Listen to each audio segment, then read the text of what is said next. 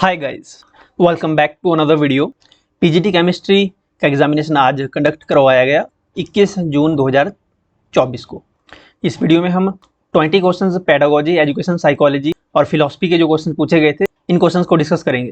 Important बात यह है कि 20 में से 19 क्वेश्चंस हमारे वीडियोज़ में से आए थे, जो हमने प्रीवियस वीडियोज़ में डिस्कस किए थे क्वेश्चन। एक वीडियो हमने परसों डाली थी, एक हमने कल अपलोड करी थी। मैक्सिमम क्वेश्चन हमारी प्रीवियस वीडियोस में से आए थे और रिपीटेड क्वेश्चन थे। मैंने आपको कहा था कि क्वेश्चंस रिपीट होंगे, तो सभी क्वेश्चन ये रिपीटेड थे। कुछ तो जो अभी 17 तारीख को एग्जामिनेशन हुआ पीजीटी बायोलॉजी का, वहां से भी काफी क्वेश्चन देखने को मिले।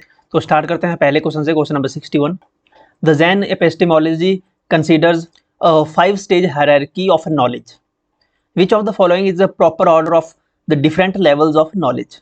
सो 5 stages of hierarchy of knowledge is in Jain epistemology. सबसे पहले मति, श्रुति, अवधि, मनः पर्यव और लास्ट में कैवल्या। ओके, ये है इनके 5 stages of hierarchy of knowledge. सबसे पहले आएगा मति। ओके, यहाँ पे इन्होंने थोड़ा गड़बड़ी कर दिया है, ये 4th पे आना था और ये 3rd पे आना था। ओके, तो ऑप्शन सी इसमें करेक्ट होगा। नेक्स्ट क्वेश्चन है क्वेश्चन नंबर 62। ये क्वेश्चन भी रिपीटेड है। Epistemology is the branch of philosophy which deals with the theories of epistemology is the branch of philosophy which deals with the theories of knowledge। Option C correct होगा, knowledge. अगला question है question number 63। ये PGT biology में एक question भी आया हुआ है। Which statement is oblique are true as per Buddhist philosophy. Buddhist philosophy के अनुसार कौन सी स्टेटमेंट सही है? तो अगर पहली स्टेटमेंट देखें, maya is the root cause of all troubles, तो ये स्टेटमेंट सही नहीं है, गलत है। Sorrow is the root cause of all troubles, सही है। Birth and death are causes of troubles, बिल्कुल करेक्ट है according to Buddhist philosophy. Okay, getting involve in worldly pursuit is the cause of all troubles, बिल्कुल correct है। Second, third and fourth statement जो है ये सही है। Okay, second, third and fourth are true. Okay, option D जो है बिल्कुल करेक्ट आंसर होगा। Question number 64, which one of the following combinations gives a correct reason for including philosophy of education in teacher education curriculum। ये भी PGT biology में आया हुआ है क्वेश्चन। यहाँ कहा गया है कि जो स्टेटमेंट्स दी गई है, इनमें से कौन कौन सी स्टेटमेंट है जो बिल्कुल करेक्ट रीजन है फिलोसफी को टीचर एजुकेशन करिकुलम की शिक्षा में शामिल करने के लिए। देखिए, फिलोसफी की इंक्लूड करना जरूरी है, लेकिन यहाँ पे जो स्टेटमेंट्स दी गई है, पहली स्टेटमेंट है philosophy is an oldest discipline. Philosophy oldest discipline है, बिल्कुल करेक्ट स्टेटमेंट है, लेकिन ये करेक्ट रीजन नहीं है कि इसलिए फिलोसफी को इंक्लूड कर दिया जाए इसमें, क्योंकि यह सबसे पुराना डिसिप्लिन है, सब्जेक्ट है, तो इसी बेसिस पे इसको इंक्लूड करना ये रीजन करेक्ट नहीं है। अगर और रीजन देखें, philosophy helps in understanding educational concepts in holistic ways, बिल्कुल करेक्ट है, रीजन बिल्कुल सही है, जो इन्होंने रीजन दिया है बिल्कुल सही है, ये रीजन सही नहीं है, स्टेटमेंट सही है ये। अब जो अभी आंसर की पीजीटी बायोलॉजी की दी है, उसमें ये फर्स्ट स्टेटमेंट भी इंक्लूड की है, लेकिन जब फाइनल आंसर की आएगी तब इस क्वेश्चन को चेंज कर दिया जाएगा। ओके, ये स्टेटमेंट रीजन सही नहीं है, तो बी सही है। Second, third, C option, statement C देखें अगर, philosophy and education are two sides of same coin, बिल्कुल सही है, ये एक ही सिक्के के दो पहलू हैं। Philosophy helps in developing a better personality of perspective. यहाँ कह रहे हैं कि फिलोसफी जो है टीचर्स की पर्सनैलिटी को डेवलप करने के लिए मदद करती है, ये रीजन सही नहीं है। अगर स्टेटमेंट ई देखें, philosophical analysis of educational concept help in developing a rational view point, बिल्कुल सही है। तो ऑप्शन बी, सी और ई जो है स्टेटमेंट सही है। Option B, C and E, option B जो है करेक्ट होगा। Question number 65, education was brought in concurrent list according to which amendment of constitution। शिक्षा को समवर्ती सूची में कौन से संविधान संशोधन के द्वारा कंकरेंट लिस्ट में डाला गया? तो ये क्वेश्चन भी 4 से 5 बार अभी आ चुका है। 42वें संविधान संशोधन के द्वारा एजुकेशन को कंकरेंट लिस्ट में डाला गया था। Okay, question number 66, which of the following is incorrect pair. ये क्वेश्चन भी हमने डिटेल में डिस्कस किया था। Sign theory of learning Tolman के द्वारा दी गई है। Field theory of learning Lewin के द्वारा दी गई है, बिल्कुल करेक्ट मैच है।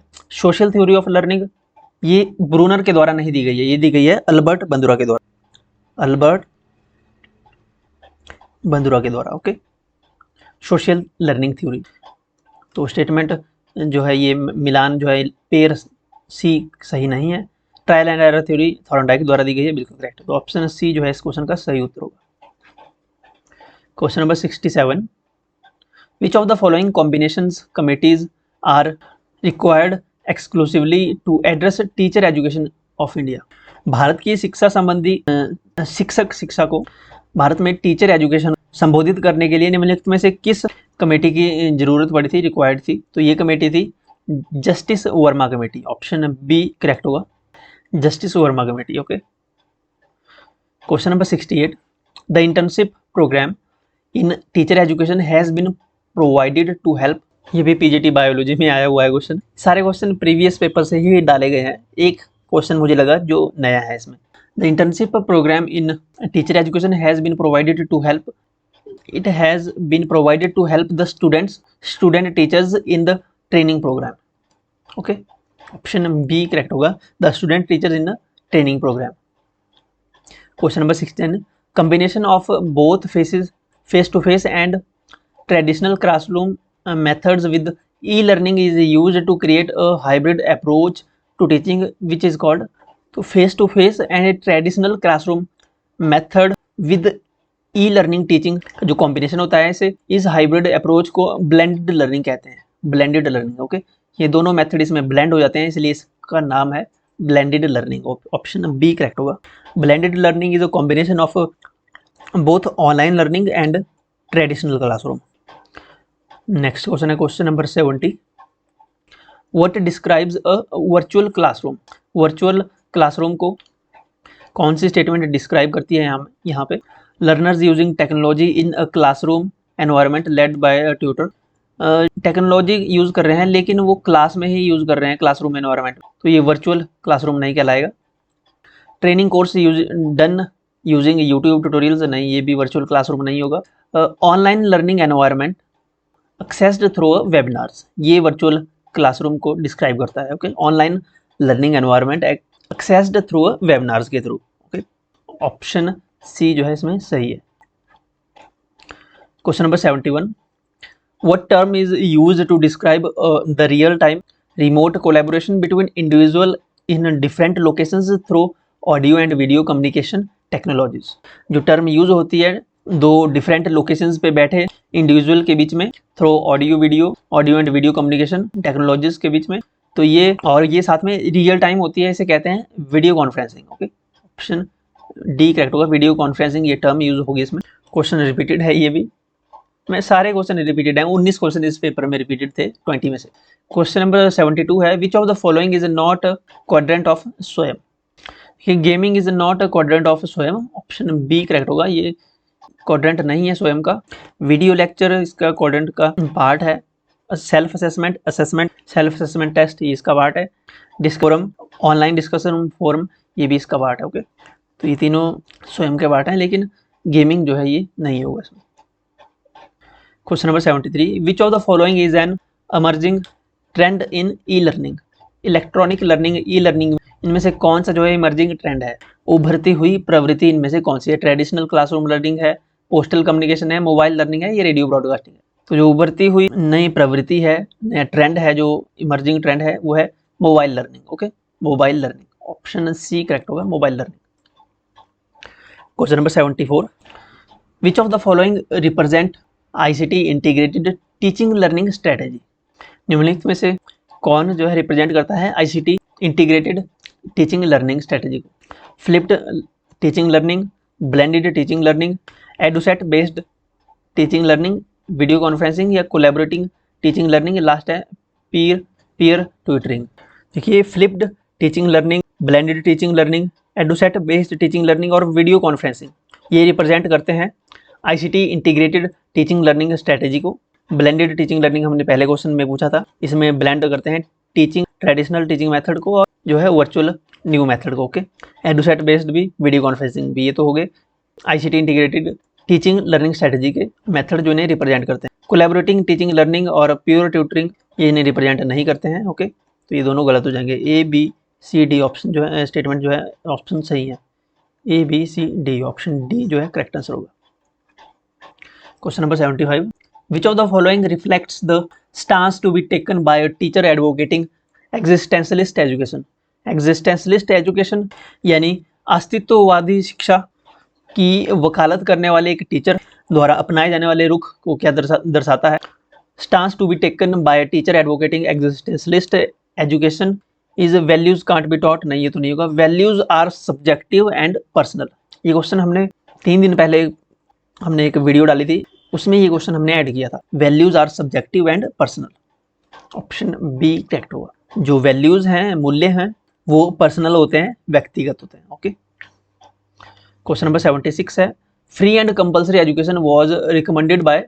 Free and compulsory education recommended की रिकमेंडेशन किसने दी थी? निःशुल्क और अनिवार्य शिक्षा की रिकमेंडेशन कोठारी कमीशन ने दी थी, और जो रिकमेंडेशन कोठारी कमीशन की थी उन्हें इम्प्लीमेंट किया था नेशनल एजुकेशन पॉलिसी ने. ओके, इम्प्लीमेंट किया था नेशनल एजुकेशन पॉलिसी ने. नेशनल एजुकेशन पॉलिसी बेस्ड है कोठारी कमीशन के. ओके, जो कोठारी कमीशन ने रिकमेंडेशन दी थी अपनी, वो इम्प्लीमेंट की थी नेशनल एजुकेशन पॉलिसी ने. तो ये फ्री एंड कंपल्सरी एजुकेशन की रिकमेंडेशन भी कोठारी कमीशन के द्वारा दी गई थी. ओके, सो ऑप्शन सी हम इसमें लेकर चलेंगे कि ऑप्शन सी इसमें करेक्ट होगा. Question number 77, which of the following institutions is directly responsible for the professional growth of school teachers in India? कौन सा इंस्टीट्यूशन जो है डायरेक्टली रिस्पॉन्सिबल होता है for the professional growth of school teachers in India? Bharat में school teachers की professional growth के लिए जो इंस्टीट्यूशन रिस्पॉन्सिबल होता है डायरेक्टली, वो होता है NCERT, national council of educational research training. Question number 78, Sarva Shiksha Abhiyan SSA adopted which of the following? Sarva Shiksha Abhiyan ने अडॉप्ट किया था zero rejection policy. Okay, zero rejection policy. Option B correct होगा. कोई भी बच्चा है, चाइल्ड विद स्पेशल नीड, विशेष आवश्यकता वाला बच्चा, उसे शिक्षा के अधिकार से वंचित नहीं रखा जा सकता, नहीं रखा जाना चाहिए. उसे ऐसे परिवेश में पढ़ाना चाहिए जो उसकी लर्निंग की जो नीड्स के अनुकूल हो चीज़ें, जीरो रिजेक्शन पॉलिसी के अंतर्गत. ओके, ऑप्शन बी करेक्ट होगा, zero rejection policy. Question number 79, which of the following programmes are related to quality improvement in service education?